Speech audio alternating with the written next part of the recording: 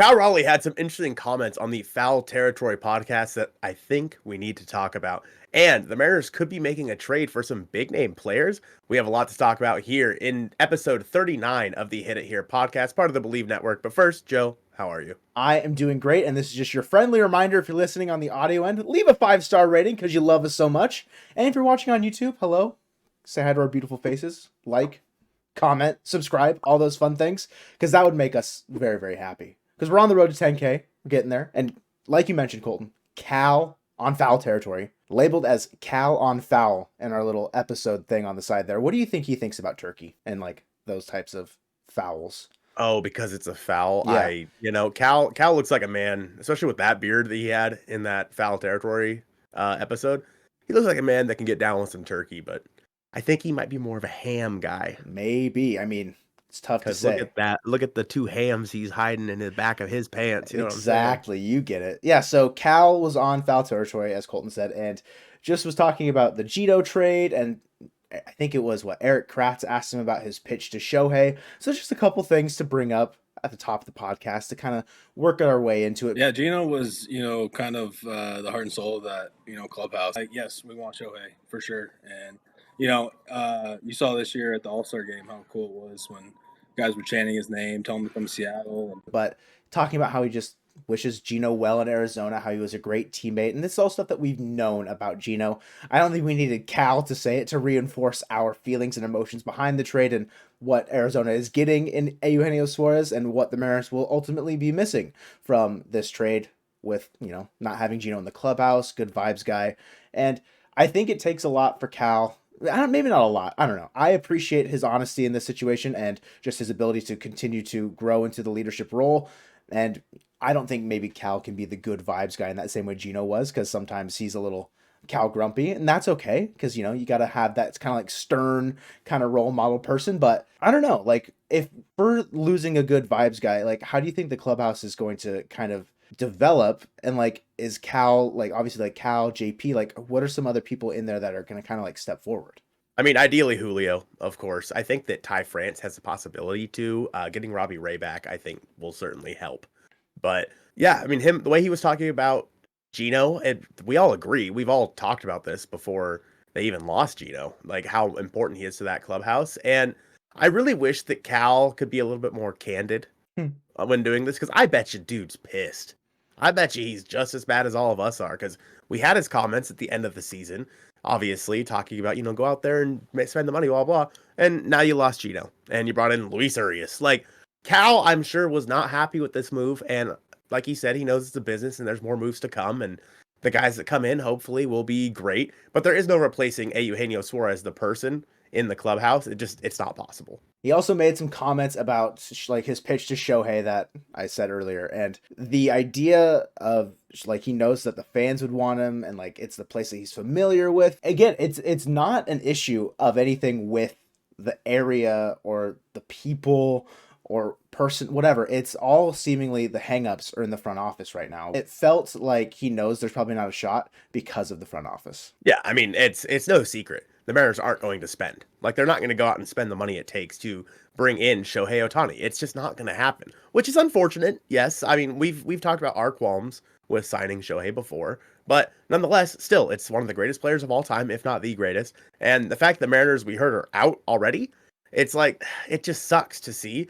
And I don't blame Cal for not mentioning it, because he knows, especially after all his comments at the end of the season, he knows that this probably isn't going to happen. He knows that the Mariners aren't going to go out there and spend all this big time money. And he and the players have talked about that openly at the end of the season, that the Mariners are not the team to go out there and get the big fish. They always seem like they're bargain bin diving, and they always seem like they're trying to save a dollar here. And I don't blame Cal if he is a little upset with everything that's happening right now, because we all are, right? I don't think there's a single person that is happy, other than maybe Jerry Dipoto, happy with what is going on with this team right now. But, as Joe Doyle would say, cake half baked or what have you. Love you, Joe Doyle. Smile. But yeah, I just think that time will tell if the Mariners are actually going to go out there and make the move that matters this offseason. And Joe, from one Japanese superstar to another, there's a lot of money going around between Shohei Ohtani and Yoshinobu Yamamoto. Let's talk about that in just a second. But first, A word from Bet Online. The holiday season is off and rolling with NFL in full stride and the NBA and NHL hitting mid-season form. BetOnline, it's your number one destination for all sports wagering info. Live updated predictions, odds, you can place parlays, you can play money lines. There's so many different ways to bet on BetOnline. They've got up-to-minute sports wagering news, odds, trends, and predictions. BetOnline, it's the top spot for everything pro and amateur sports. They've got so many different options for you guys to bet on, whether you like betting on, like I said, the main four, the NFL, NBA, NHL, even stuff with MLB with free agents, or if you wanted to dip your toes into the MMA or even international soccer, BetOnline has you covered. And remember to head to BetOnline today and to use the promo code Bleav, BLEAV, for 50% off your welcome bonus on your first deposit. BetOnline, where the game starts. So Michael Marino, at Marino MLB on Twitter, said, memo to MLB fans, your team probably wants Yoshinobu Yamamoto. The problem is your friend's team also wants him. The craziness behind the scenes, blah, blah, blah. What we're talking about is the money. And he's saying it might be absurd. Might be closer to 300 million than it is to 200. And you're talking about a lot of money going around. Shohei's going to get 500-600 million. Going into this offseason, if I would have told you that Yamamoto might get 300 million, what would your reaction have been? I would have laughed in your face.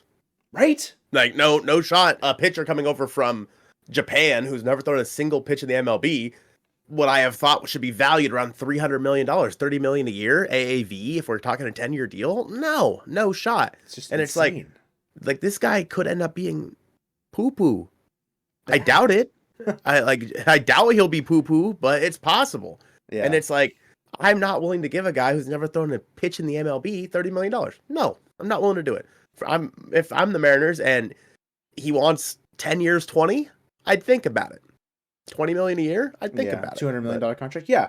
I mean, Kodai Senga got what, 585 from the Mets last year, and I get that Yamamoto is a little bit more high profile than Kodai Senga, but it shows the success that you can have coming straight from the MPB straight into the MLB. I think he finished Cy Young 6, 5, something like that, second in the Rookie of the Year voting over in the National League. So yes, there's a lot of promise in Yamamoto that he will be good, and I don't doubt that. Would I give him more money than Blake Snell this offseason? If anything, I'd go as high as Blake Snell in terms of what you could potentially see in terms of AAV. But like Snell's going to get a shorter contract, so like the money's going to be a little bit different there because Yamamoto could be one of those guys that's going to fetch a 10 to 12 year deal. But putting those guys on the same plane, it's like I would not even want to even have a conversation with Blake Snell if the conversation is much more than 200 million. Then that conversation is going to Yamamoto as well. The idea that the Mariners are still in on him, and yes, it's because they haven't been written out of it yet, that they're potentially willing to spend that money in this market for a guy that could be a franchise-changing signing. It very well could, and I'm not trying to discredit Yamamoto or any of his successes in the MPB or in the WBC or coming over to the MLB next year, but that price tag is absurd. And you're saying like he's never pitched in the MLB, giving him close to 300. Like, dude, like what GM or franchise would be willing to do that and be able to afford it? Teams that I think are a bit more desperate for pitching, because could be a game changing, acquisition. Would the Mariners necessarily need that? I don't think so. I don't think they do either. And here's the thing is, my hang up right now with the money that it would cost for Yamamoto, let's say he is getting 30 million a year.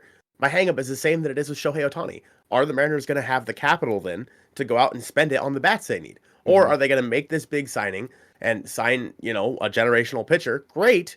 But then are you done at that point? Because you can't really afford anything else if you're the Mariners, because that's just how they roll. Like that they are not going to exceed $200 million. So at that point, then you trade one of your young, controllable starting pitchers who they won't be as good as Yamamoto, obviously. Yeah. Like Wu and Miller aren't on that plane. But still, they're serviceable, and you have guys that are at the top of your rotation right now where it's not necessarily important for you to go out and spend $30 million a year on a guy who might come over and falter right off the bat. Like, it's just a fine line the Mariners need to walk this offseason, where I don't think they need to be going out and be spending $30 million a year on one single player, because there's more than one hole on this team. And I think that if they were to sign Yamamoto and that stopped them from going out and getting the bat they need, then I am completely out on it. Spend that money on Jung-Hoo Lee instead, please, for the love of God. Sure. Like, because it's a position that's more in need, right? And I get that, scared money don't make money. Like, if you're not spending, whatever, like, this could cause like a domino effect where certain moves happen and then whatever. There's so many what ifs, I think, surrounding this offseason, especially with guys like Shohei and Yamamoto available.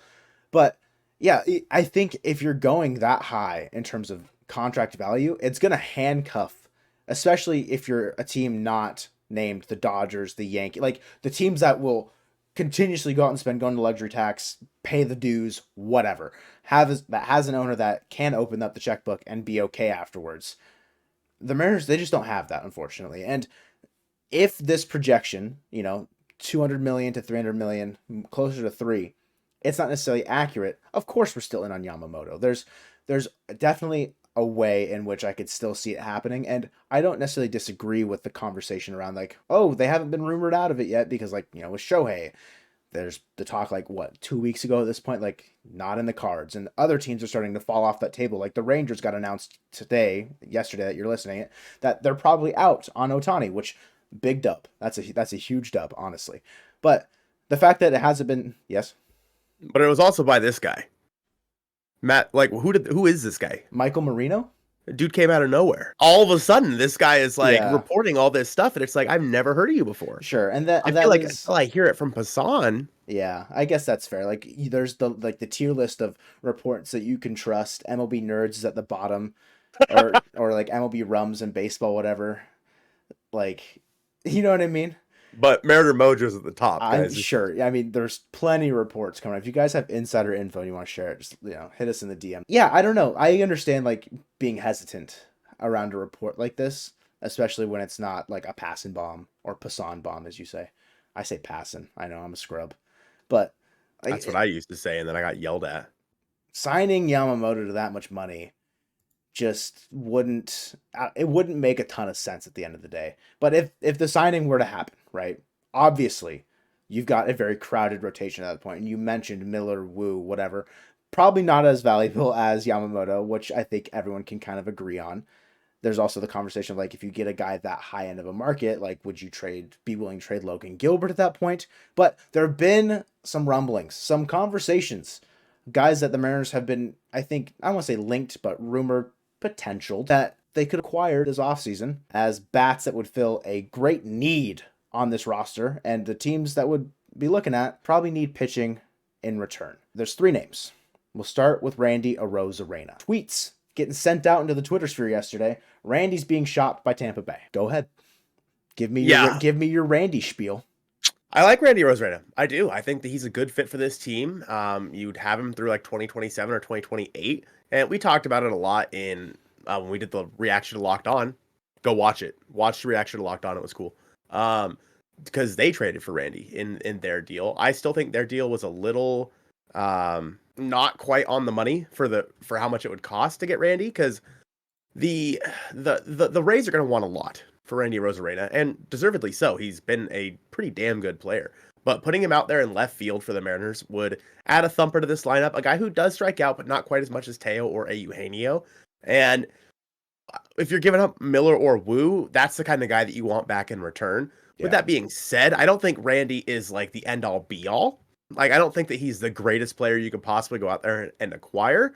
But giving up Miller or Wu for him, I think, does make sense, especially if you get a little bit more in that package as well. And it'll make sense for the Rays, especially if they were to trade Tyler Glasnow this offseason, which they probably will because he's owed quite a damn bit of money. Yeah. So I think that this is just kind of how the Rays operate.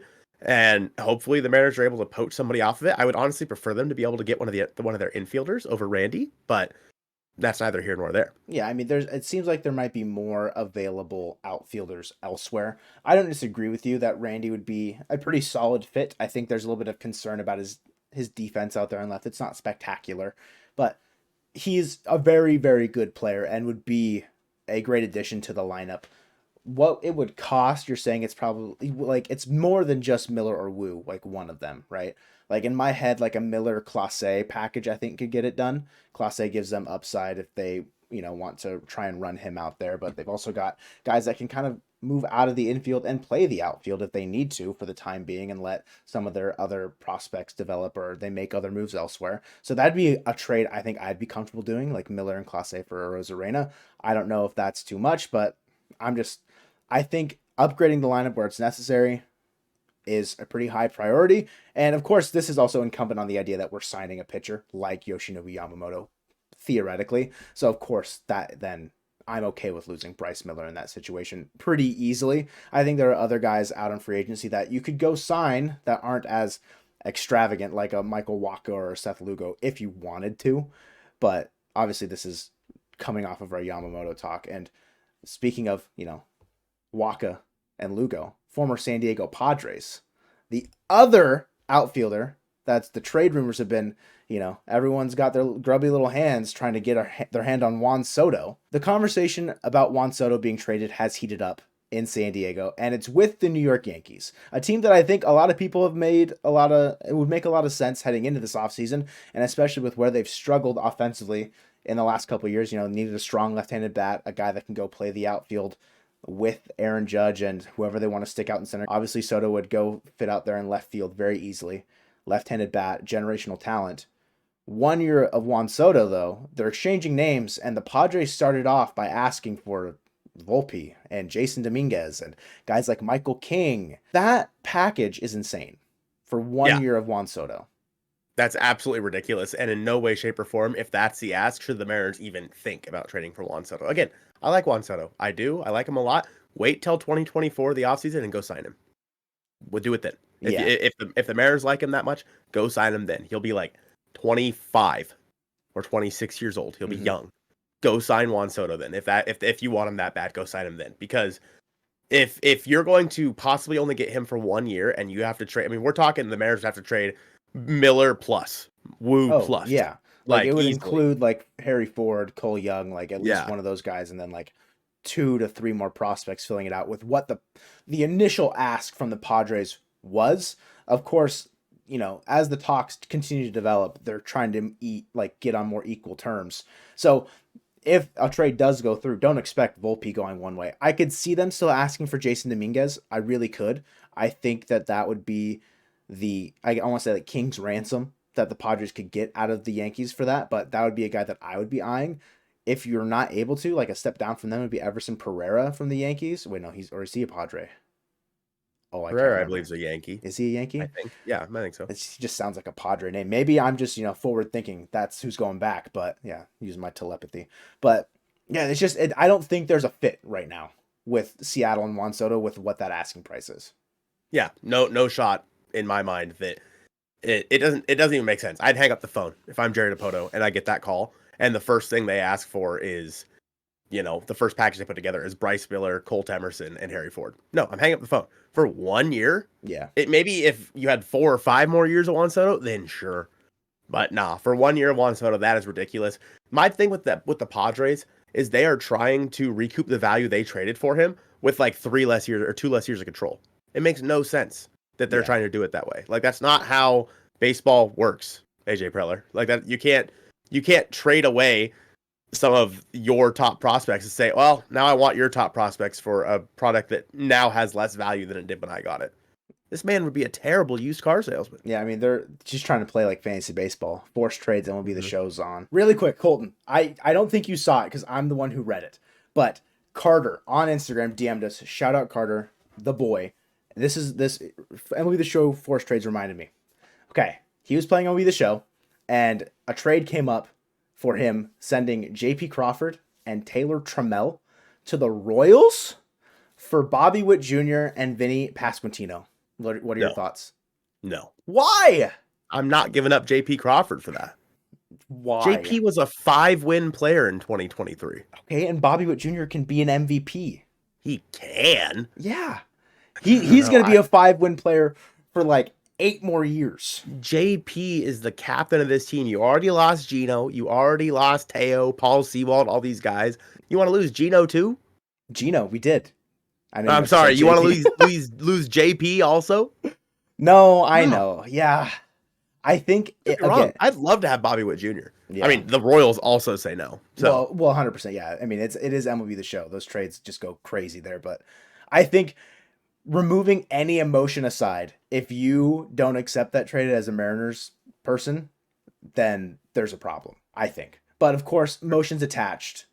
You don't want to lose your captain. And I get that. JP was a more valuable shortstop than Bobby Witt Jr. Is that true? Do you have quantifiable evidence of that? I do. He was a 5.2 win player. Bobby Witt Jr. was a 4.4 win player. Damn it, you're right. 4.4. Shoot. JP had like 10 less points on his average. Yeah. JP hit 19 home runs. Bobby Witt hit 30. You don't need to give me the stats. All I need is the WAR, because that's all we care about here is sabermetrics. What was the OPS of these specific baseball players in 2023? Okay, well, Vinny Pasquantino was a 0, so he was injured. I don't care about Pasquantino or Trammell in this trade. It's whatever. JP versus Bobby Witt. Yeah, I mean, don't get me wrong. Bobby Witt's great and all. He's fast as hell. He's going to steal you 30, 40, 50, 5,000 bags a year. Uh-huh. But, like, let's see. Bobby Witt hit 276, 319, 495. Guy that fast, not getting on base that much, L. He had a 120 OPS plus in 2023 compared to JP's, like, almost 140. Yeah, I'm taking JP Crawford 10 days out of 10. 10 days a week, guys. Even like JP with the current contract setup, yep. You're going to lose JP in 2 years, 3 years. Kind of. Oh, okay. Extension. And at that point, maybe he moves over to second base. But right now, we've got kind of a hole at second base. Should we have Josh Rojas and Luis Urias play third, or just have one or the other, at both spots? And a trade came in, an option from Kylie McDaniel over at ESPN. Mariners are trading for Gleyber Torres as this, I guess fantasy trades continue. And this one, to me, this would require an MLB The Show force trade on. I don't mind acquiring Gleyber Torres, but Kylie McDaniel thinks Emerson Hancock can get it done. 1 for 1. I'm doing that trade every day of the week, by the way. 10 days a week? Yes, twice on Sundays. Yeah, I mean, I'd do it if I'm the Mariners. I'm not going to lie. I'm thinking more about it. I think the Yankees might do it too. Just 1 year of Gleyber. 1 year of Gleyber, like, yeah. For a guy who Emerson Hancock used to be very highly touted throughout all of baseball. Obviously, he's fallen off a little bit, but I still think he could be a good 3-4 in someone's rotation, and the Yankees would have him for the next 6 years. Yeah. So I don't know. I mean, it might take a little bit more from the Yankees. Not a lot. Like, I think a fringe like guy that could just be a part of your 26-man roster, like if you really wanted to, like throw him in, like Sam Haggerty. I know that's a name that people can get mad at, but like Sam Haggerty and Emerson Hancock for Gleyber, I'm still doing that. Like we've got plenty of Sam Haggertys at home already. Yeah, we've got quite a few. We've got quite a few of them. And if he doesn't really have like a big spot on this team, I know he provides great depth, but I think that's depth that the Yankees could value pretty heavily. Maybe then we get, them to take off some of Gleyber's contracts. We can go sign a free agent somewhere. I'm not really sure. I don't dislike Gleyber in Seattle. I mean, you made the Gleyber Day video last offseason before we acquired Colton Wong. There's, I think, concern maybe about how his power would translate to T-Mobile. Like, he's going to be able to hit, have an OPS over 800 there. People are like, oh, he's going to OPS at like 700. Like, yeah, I don't think so. I think he has the tools and the ability to put together a good season in T-Mobile, in a theoretical scenario here. He doesn't strike out a ton. I think he's like league average in terms of strikeout percentage. So out of the 3 guys that we mentioned in this trade section of Randy, Juan Soto, and Gleyber, I think Gleyber's one the most affordable, obviously. But also like in terms of package, I think it makes the most sense to do it, because if we're trying to sell too high on our pitching, trades are never going to get done. So if you can get someone to bite on Emerson Hancock without losing Miller and Wu, I'm all in. And a lot of guys are getting paid around the MLB really quick. I just wanted to mention it before we outro this podcast. I'm throwing this at Joe. Didn't even tell him it's going to happen. But we just saw Luis Severino get like, what, $13 million? Uh-huh. We saw Emilio Pagan get like $8 million per year. Yep. Like, guys around baseball are getting paid, and the Mariners' cheap, young starting pitching, I think that the commodity, that makes them even more of a luxury that the Mariners have. Yeah, like that's more valuable. And I think that the Mariners could then go out and use that in a trade with the Rays for Isak, Paredes. Thank you guys so much for watching episode 39 of the Hit It Here podcast presented by Bet Online. Go watch that video about Isaac Paredes. What are you still doing here? Go Mariners.